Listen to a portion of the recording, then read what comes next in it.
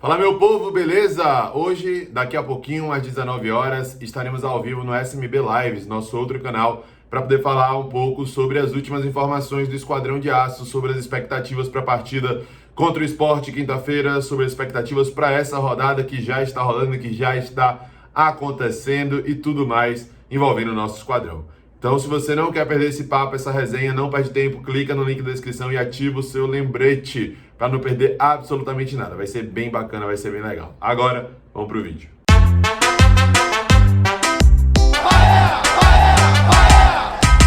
Fala, nação tricolor ligada no Sou Mais Bahia. Tudo beleza? Barbaço na área. Tô aqui para começar mais um vídeo e dessa vez mais um plantão tricolor com as últimas informações do Esquadrão de Aço para você, torcedor do Bahia, ficar muitíssimo bem informado. Antes que a galera sabe, dá aquela moral pra gente, clica no gostei, é rápido, simples, fácil, nos ajuda muito a impulsionar esse vídeo, propagar o nome do canal e difundir o nome do Esporte Clube Bahia.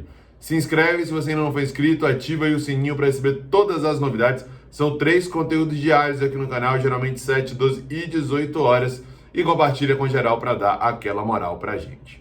No plantão de hoje, iremos disponibilizar um papo, entrevista bem bacana do nosso treinador, Guto Ferreira, que recentemente completou 100 jogos à frente do esquadrão, considerando as suas 3 passagens para a Rádio Bandeirantes, especificamente para o programa Donos da Bola, do craque Neto. Neto falou sobre diversas questões com o Guto Ferreira, falou sobre o currículo dele, principalmente ali no início, e foi bem justo, bem digno, inclusive agindo e falando de maneira condizente com aquilo que o torcedor pensa, né, acerca dessa temporada do Bahia, que tinha tudo para ser mais tranquilo, que deveria ser mais tranquilo, que muita gente esperava que o Bahia faria uma temporada melhor, e isso daí na prática não está acontecendo, e Guto chegou para poder ser a salvação da lavoura, né? Neto fez questão de frisar isso e falou sobre diversas outras questões. Essa entrevista completa você vê lá na Rádio Bandeirantes, no canal do YouTube deles.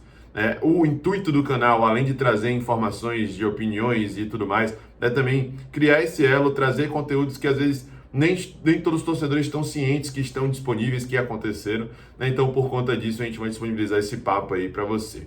Só para contextualizar, a conversa foi depois do triunfo do Bahia diante da equipe do São Paulo. Após esse jogo, teve o jogo contra o Flamengo, que foi o jogo que acabou gerando todo aquele transtorno, teve mais um erro contra o Bahia, enfim. Então ele falou muito sobre essa partida e sobre outras questões nessa sua terceira passagem pelo esquadrão, beleza? Veja aí essa entrevista de Guto Ferreira para a Rádio Bandeirantes, programa Donos da Bola, do craque Neto.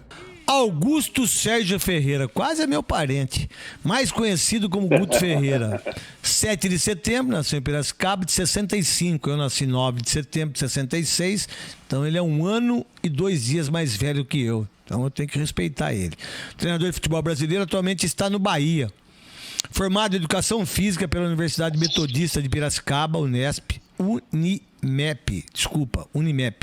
Em 85, Guto começou a carreira de treinador nas categorias de base do 15 Piracicaba, clube de sua cidade natal, que o melhor jogador da história, para mim, é o Gatãozinho. Títulos: 15 Piracicaba, e o Pito também, que jogou comigo no Guarani, que foi um jogador extraordinário, né? Era para ele ter sido muito melhor que eu. Não que eu tenha sido bom, eu fui muito bom. 15 Piracicaba, categoria de base. Copa São Paulo, futebol juvenil, 1992. São Paulo, categorias de base. As pessoas não sabem disso. Campeão, eu aprendi a ler o currículo das pessoas com o Joel Santana. E ele falou, a gente tem que ler o currículo das pessoas, Neto. Às vezes as pessoas não sabem do currículo da gente.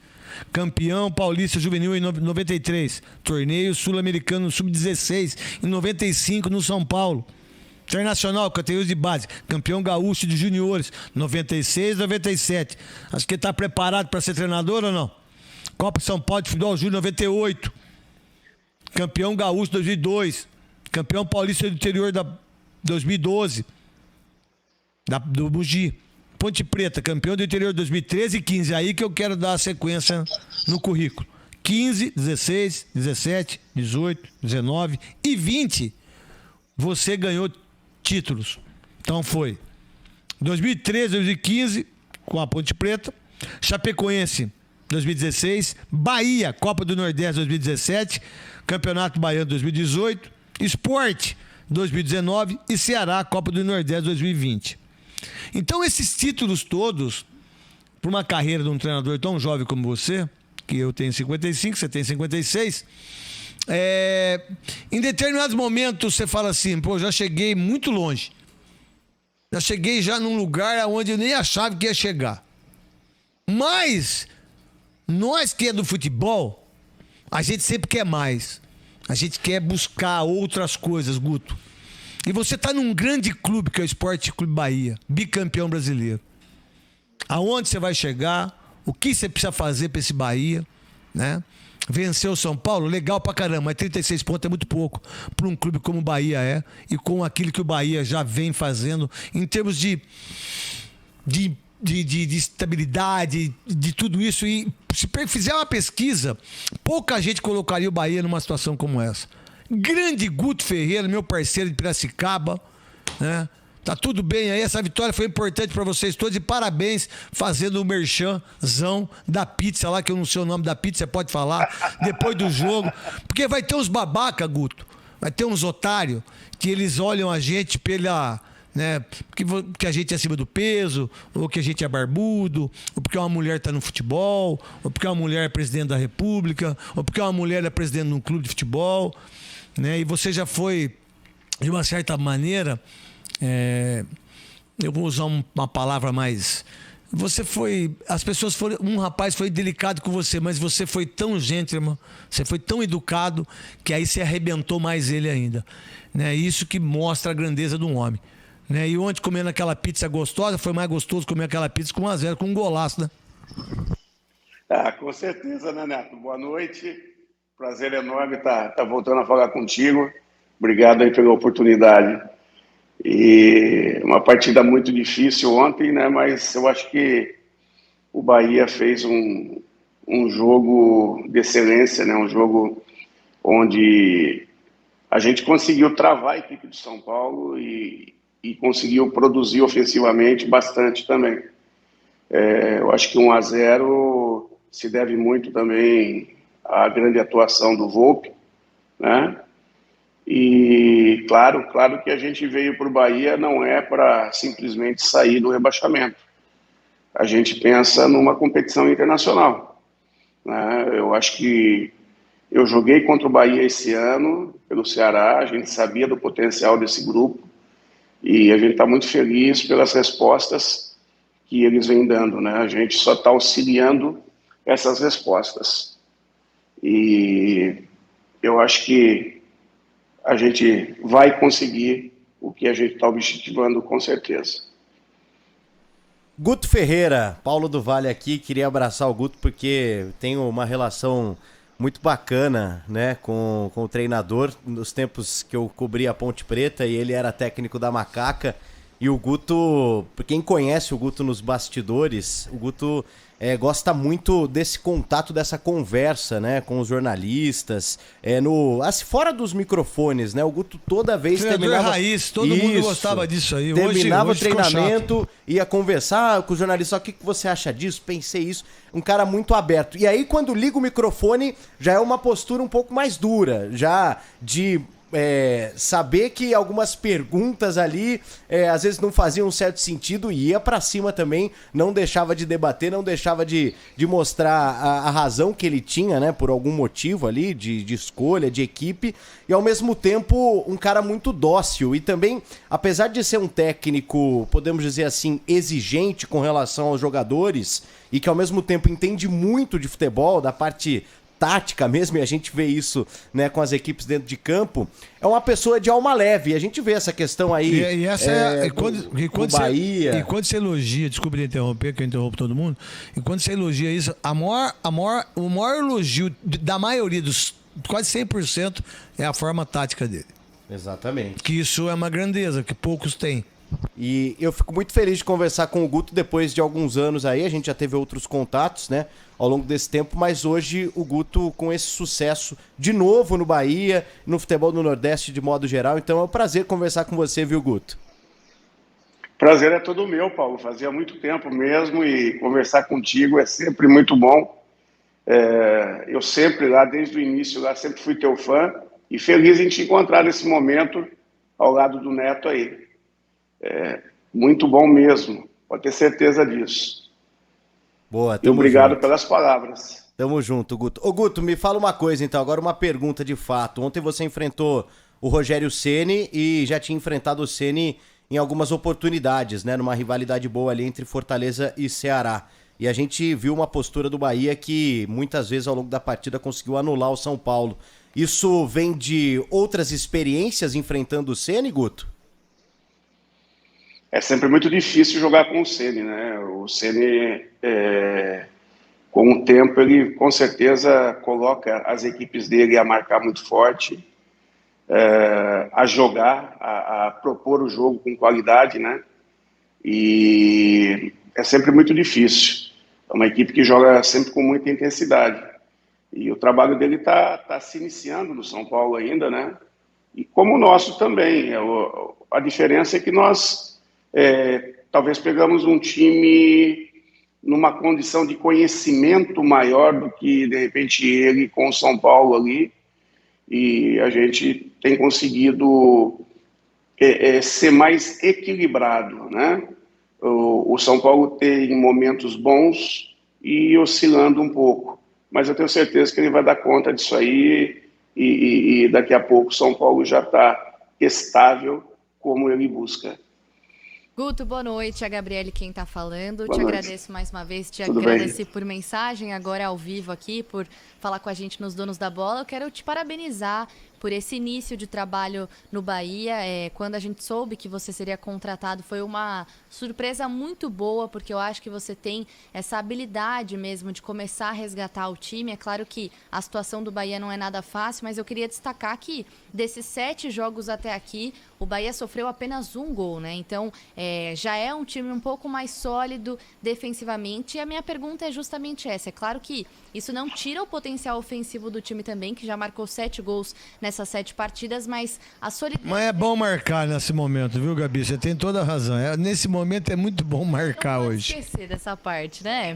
Mas o Guto não abandona essa parte não, mas eu queria saber dessa parte defensiva, porque é muito claro em campo como é uma equipe que sabe se defender, uma equipe que já começa a dar sinais de muita organização. E eu queria saber se a solidez defensiva foi uma coisa que você estabeleceu como prioridade desde que chegou ao Bahia.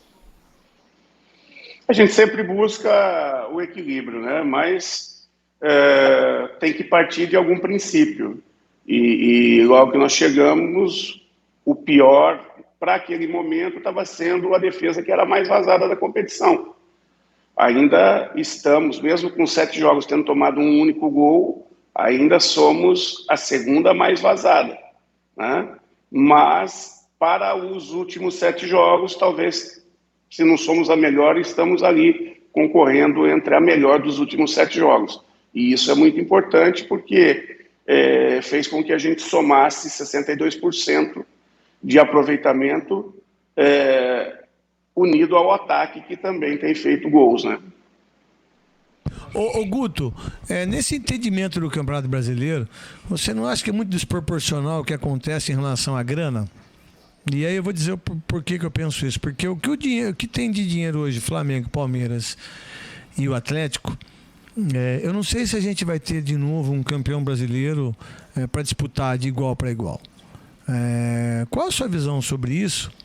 E principalmente você sempre aí no Nordeste, e que a gente tem uma audiência incrível, né?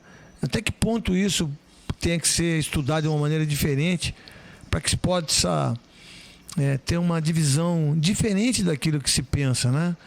De montar equipes mais fortes, né? Porque se continuar desse jeito, do que está acontecendo nos últimos anos, dificilmente a gente vai ver outro campeão brasileiro sem ser esses clubes aí, para mim. Isso é um pensamento meu, tá? Não, eu acho que tem tudo a ver, né? Porque começa que a logística é completamente diferente das equipes do Nordeste. Eu estava no Ceará, nenhum outro jogo do Ceará fora de casa, com exceção das equipes do Nordeste, os jogos do Nordeste, você tem um deslocamento inferior a 3 horas, né? E o Bahia começa com nenhum deslocamento inferior a 2 horas. E quando você vai ou para o Centro-Oeste ou para o Sul, né? Aí você tem mais ainda, mais deslocamento ainda. Então, a logística é a mais complicada possível. E sem dizer que as equipes do Nordeste são poucas dentro da competição, então você está viajando de forma longa o tempo todo. Então a sua logística é muito complicada. Começa por aí. Depois tem o diferencial, né? Porque o diferencial financeiro ele faz com que você tenha N problemas, né? Problema de pagamento de uma logística melhor, problema de ter um plantel mais farto de jogadores, né? Fica muito mais fartando do que farto, né? Farta mais. Farta mais. E você fica com um número muito justo de jogadores, né? As equipes do Sul-Sudeste têm mais condições. E depois, mesmo a preparação.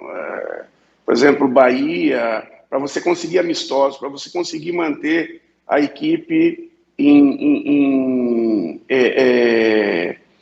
ritmo, né?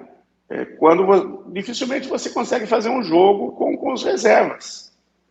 Isso aí só determinadas épocas do ano onde as equipes menores estão jogando, e sempre com deslocamentos, né? Nunca na capital, o que complica também. Então, você tem uma série de dificuldades muito grandes. Em contrapartida, você tem uma gana, você tem uma torcida apaixonada por trás, que passa muita energia, que faz com que o mental da equipe se transforme e consiga resultados importantes, principalmente dentro de casa. Ô Guto, em relação à parte tática aí daquilo que você está vendo, principalmente na Liga dos Campeões, nessas seleções, você está vendo alguma coisa diferente? Você que é um estudioso do futebol, você que começou ensinando os meninos a jogarem bola, você que teve na base, você que sabe,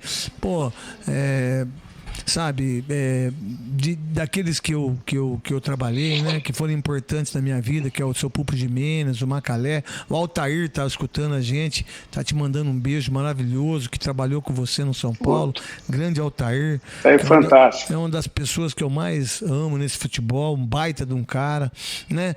O que você tá vendo hoje nesse sentido de parte tática, da visão do Liverpool com o Salah do lado direito, da visão do De Bruyne, do Manchester City, do Lewandowski do Bayern, né? Se tem o entendimento do Haaland, o Holland, do Borussia Dortmund, daquilo que a gente tinha de tantos protagonistas em tantos clubes, que hoje a gente tem que ainda a gente não sabe ainda até que ponto ele vai dar essa Copa do Mundo, e não me importa que é ele, que é o Neymar.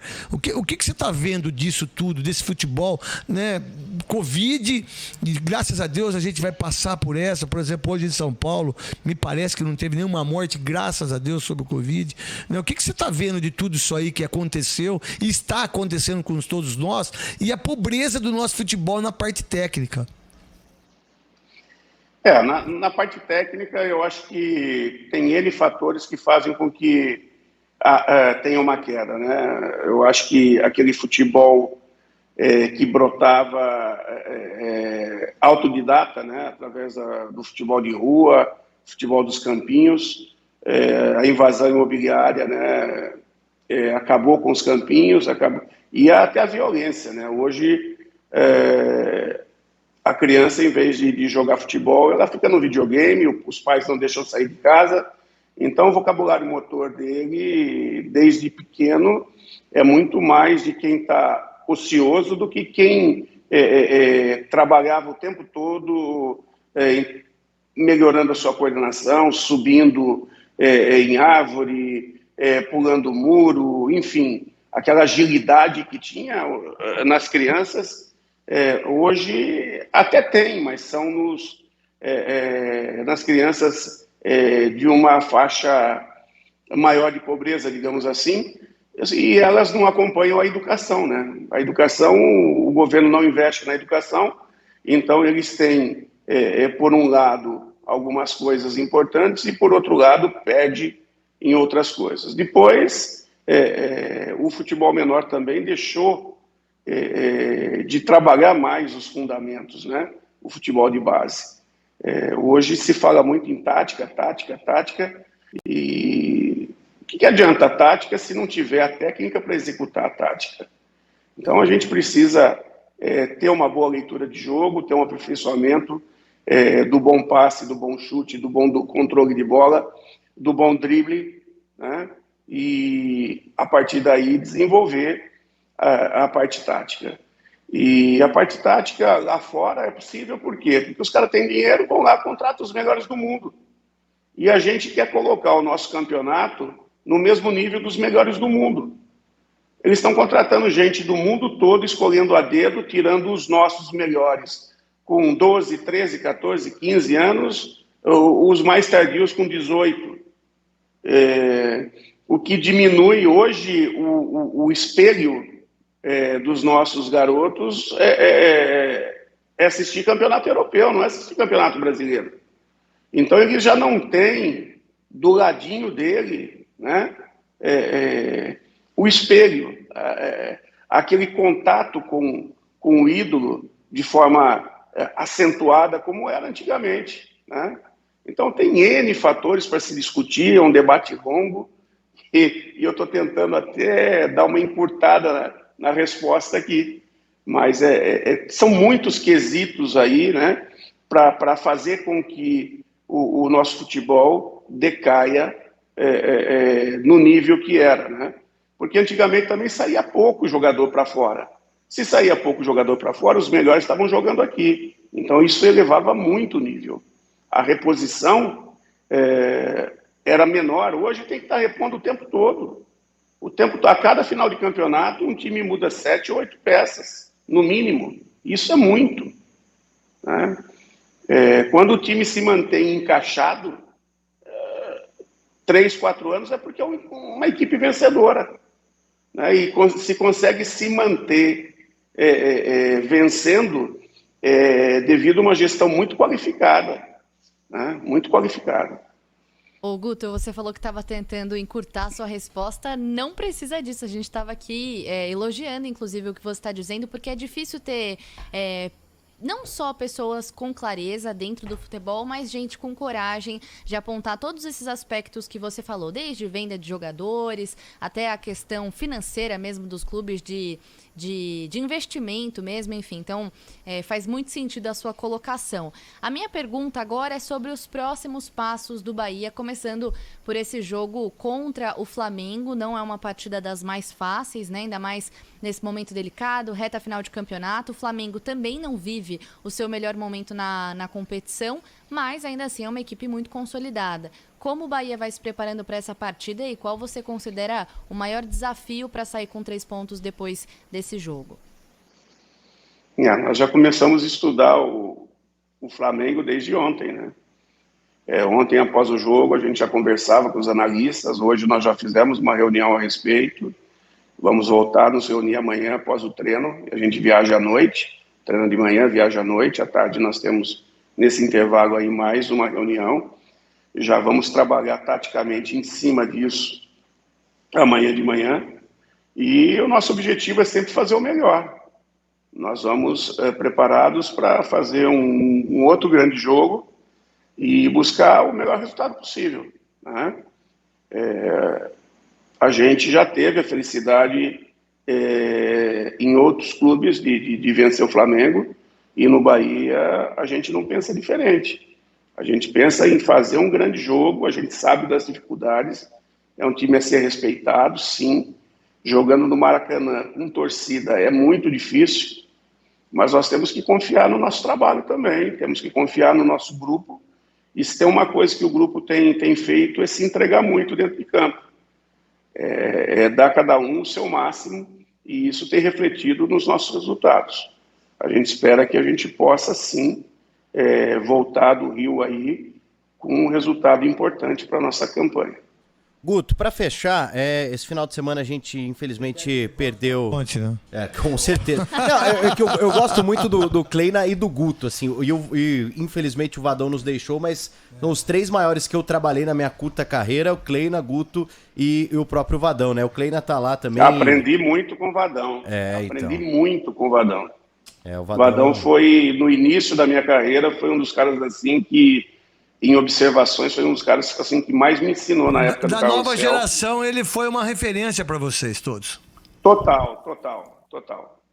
Ô Guto, esse final de semana a gente perdeu a Marília Mendonça num trágico acidente e alguns comentários, né, acabaram aí fomentando discussões a respeito da gordofobia. E você sempre levou muito bem a questão do apelido Gordiola, eu nunca gostei de usar, mas você sempre recebeu muito bem num primeiro momento. Ontem o Pretzel, depois do jogo do Bahia contra o São Paulo, comentou: o Guto é um grande técnico que sofre ainda uma resistência por conta, em alguns clubes, em alguns polos do país, por conta do sobrepeso. Eu sofri isso na minha vida toda e sofro hoje porque não que eu sou magro, mas que eu fiz a cirurgia do estômago. Então hoje as pessoas me cobram assim: mas por que você não era magro assim? Porque eu não queria.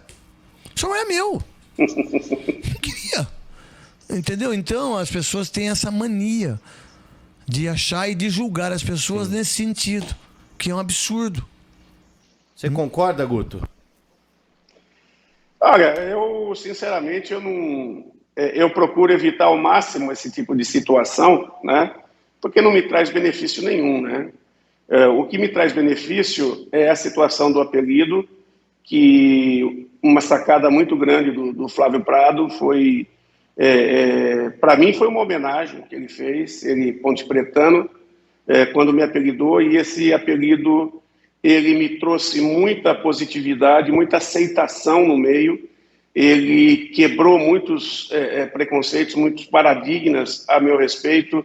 As pessoas me achavam uma pessoa muito sisuda e na beirada do campo eu sou mesmo. E aí meio que humanizou, né, o Guto. Então, até hoje ele sempre foi usado de uma maneira bastante... como é que eu posso dizer aqui? Humana, né? Humana, foi respeitosa e sempre que isso ocorrer, carinhosa até, carinhosa, posso dizer, do torcedor. E sempre que for dessa maneira, eu recebo como um elogio, recebo da melhor maneira possível. À medida que a pessoa possa usar qualquer tipo de situação, tentando algum tipo de bullying, alguma coisa... Eu acho que eu já estou maduro o suficiente para passar por cima e vida que segue, até porque eu tenho que viver a minha vida. E se ele está preocupado com a minha, é porque ele não está encontrando um caminho para viver a vida dele. Né? Isso aí. Não está feliz na vida dele e não está encontrando um caminho bom para a vida dele. Quem tem muito tempo para olhar a vida dos outros, não tem tempo para olhar a sua.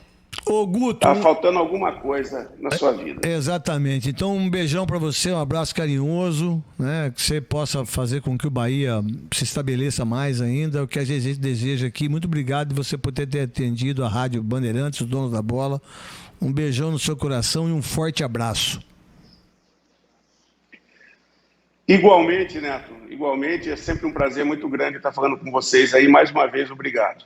Bom, pessoal, é isso. Este foi o Plantão Tricolor de hoje. Espero que você tenha gostado. Amanhã continuamos com a nossa programação normal, às 7 da manhã. Hoje, daqui a pouco, tem mais uma live no SMB Lives, um programa ao vivo no nosso outro canal. E amanhã a gente traz à tona aí Plantão com mais informações. Tem algumas novidades interessantes para poder trazer para vocês. Então já sabe, se inscreve, ativa o sininho, compartilha com geral e deixa aquele like para fortalecer. Valeu? Tamo junto, forte abraço. Eu sou Mais Bahia, eu sou Mário Nordeste. E você?